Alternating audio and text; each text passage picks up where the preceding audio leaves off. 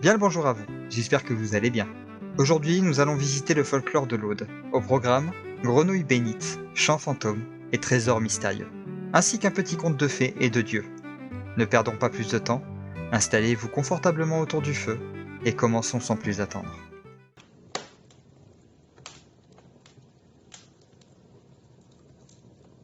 Commençons donc cette série avec un animal particulièrement modeste. J'ai nommé la grenouille de Narbonne.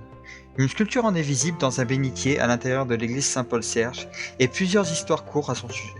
Commençons donc par la plus connue. Celle qui parle de l'évangélisation des pêcheurs autour de l'étang de Bâche par Paul Serge qui deviendra le premier évêque de Narbonne par la suite. Alors revenu d'Asie mineure, il s'imposa cette mission qui s'avéra bien plus compliquée que prévu.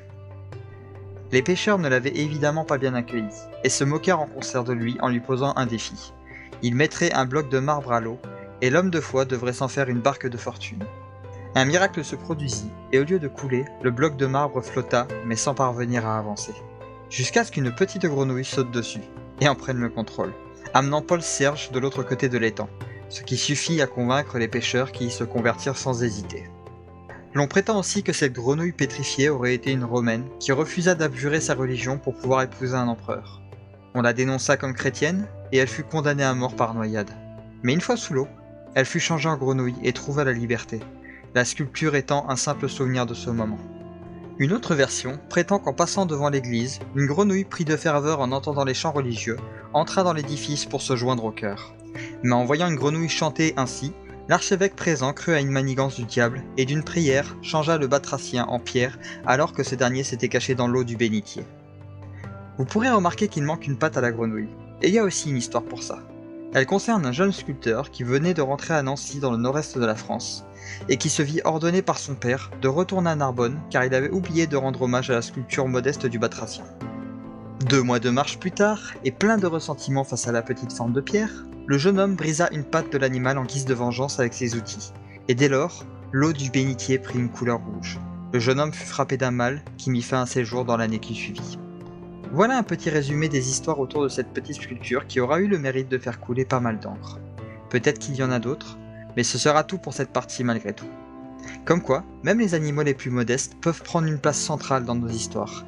La grenouille y revient parfois, des histoires que l'on se plaît bien souvent à embrasser de notre plein gré.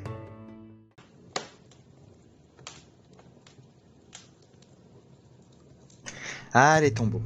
Je pense que tout le monde a déjà vu des films dans le style d'Indiana Jones.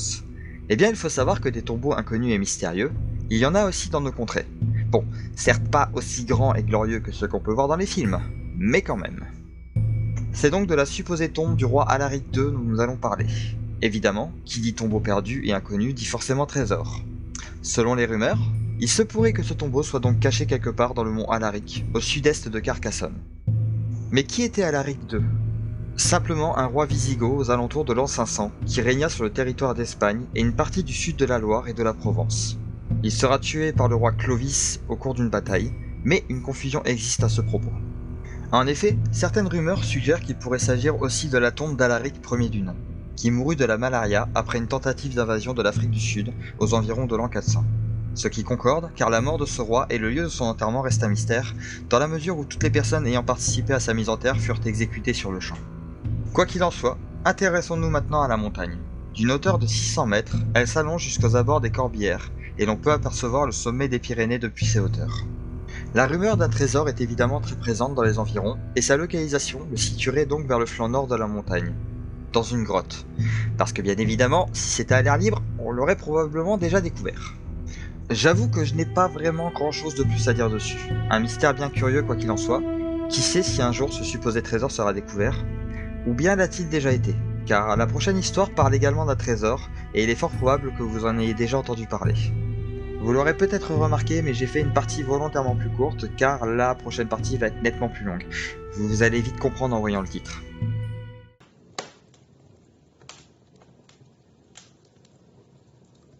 S'il y a bien un mystère de trésor vraiment connu en France, c'est celui de la Bessonnière. Nous nous éloignerons du mont Alaric pour partir vers Rennes-le-Château, où toute cette histoire a commencé dans les environs de 1885.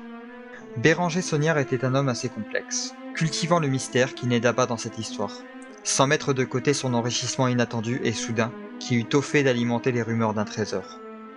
Ce fut un an après son arrivée en ville qu'il entreprit la rénovation de l'église paroissiale de Sainte-Marie-Madeleine. Chose bienvenue, car le bâtiment était tombé en ruine. De même que toute la commune était en très mauvais état avant son arrivée.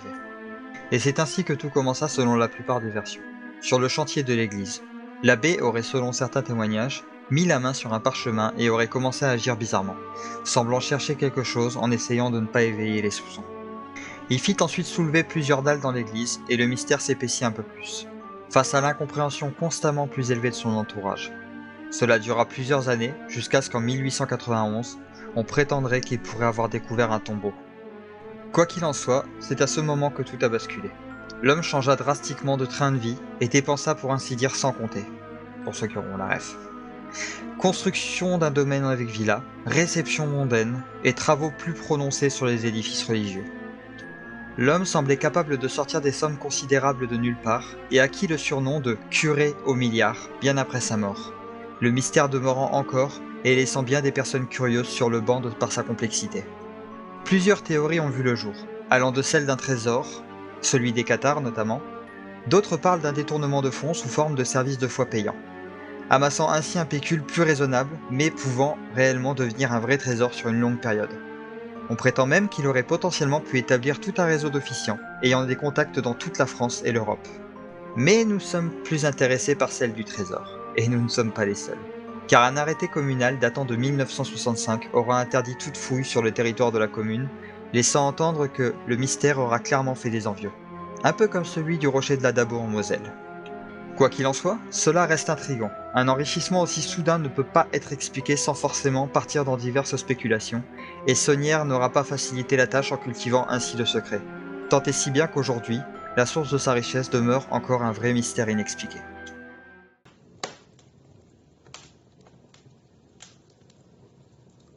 Dans l'Aude, vous pourrez découvrir un endroit très sympathique à visiter, les gorges de Pierre-Lys, où se trouve d'ailleurs un village du nom de Saint-Martin-Lys. C'est dans cet endroit que va se dérouler notre histoire, mais avant toute chose, une petite anecdote. Jusqu'en 1820, le village était assez isolé, accessible uniquement que par des petits chemins de montagne. C'est un curé du nom de Félix Armand qui décida de prendre sa pioche pour s'en aller creuser la roche qui bloquait l'entrée du défilé. Et vu la configuration géographique, c'était le moment parfait pour crier « Hey ho !». Avec les habitants, ils parvinrent à ouvrir un passage que l'on nommera par la suite le trou du curé. Le passage ouvrit une route le long de la rivière, et une marque encore visible sur le flanc d'un rocher rappelle cet événement. Mais désormais, revenons 200 ans en arrière. La légende nous raconte que le village aurait subi un assaut de bandits, et de nombreux villageois auraient péri. Mais les dégâts furent principalement localisés sur le monastère, où la totalité des habitants furent mis à mort et jetés à la rivière. Le village se releva, mais en gardant de sévères séquelles, car 2 fois par an, d'étranges chants s'élevaient depuis le monastère en ruine, des chants latins, clairement religieux. Du moins, c'est ce que les habitants s'étaient persuadés d'entendre. La rumeur se répandit que c'étaient les moines revenus sur les lieux de leur mort, après avoir remonté la rivière pour fêter les solstices. Car chaque année, les chants revenaient, et toujours dans les mêmes périodes. Des courageux avaient pris la décision d'aller voir et de camper sur place jusqu'à enfin comprendre d'où venaient ces étranges chants. Lorsqu'ils les entendirent, personne n'était présent. Pas âme qui vive. Enfin, vous avez compris. Les courageux prirent donc la poudre d'escampette face aux chants venus des éthers, et personne après ne réitéra l'expérience, de peur de froisser un esprit, qu'il soit bon ou mauvais. Le chant ne sembla cependant plus être entendu, et la légende demeura. Une version plus scientifique mettrait en avant un phénomène rocheux qui pourrait provoquer ces fameux chants. Mais là encore, aucune preuve n'est venue étayer cette théorie. Malgré tout, le mystère reste entier.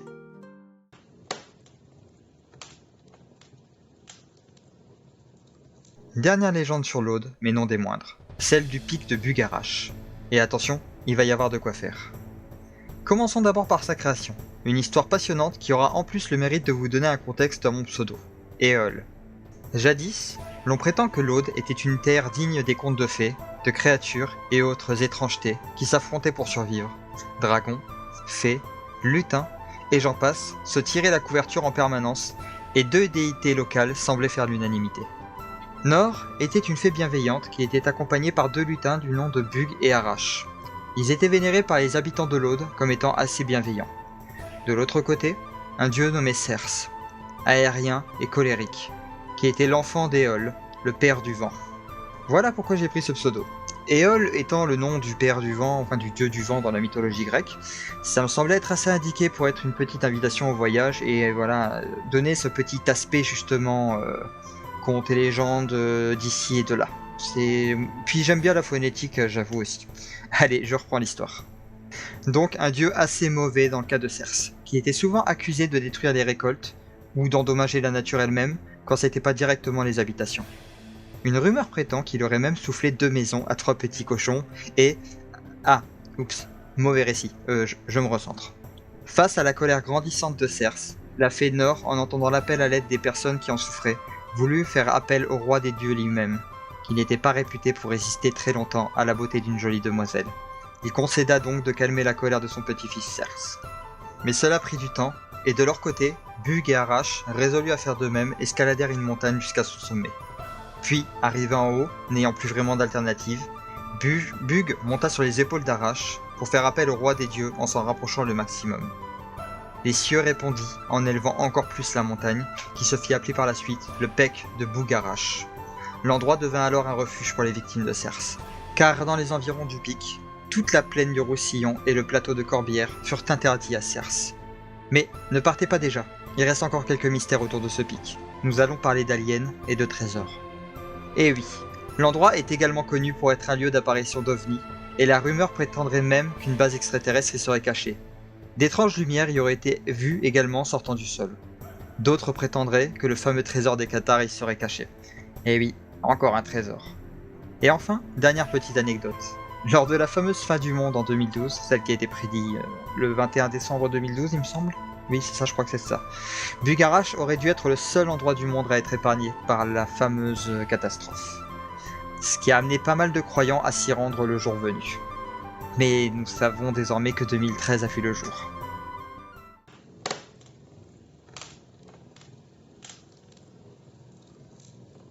Et voilà qui finit cette nouvelle série d'histoires. J'espère que ça vous a plu, et comme toujours, je vous remercie d'être resté jusque-là pour en profiter. N'hésitez pas à liker si vous avez aimé, commentez si vous souhaitez partager votre avis, et très sincèrement je le lirai avec grand plaisir. Vous abonner pour ne pas manquer les futures vidéos, et je vous annonce déjà que je travaille sur une petite surprise que je mettrai en place la semaine prochaine, un nouveau format. J'espère que ça va vous plaire.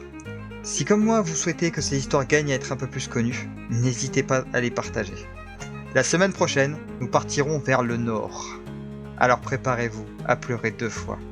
Je vous souhaite une bonne fin de week-end, une bonne semaine à venir, et comme d'habitude, portez-vous bien, vous qui me supportez, et à bientôt.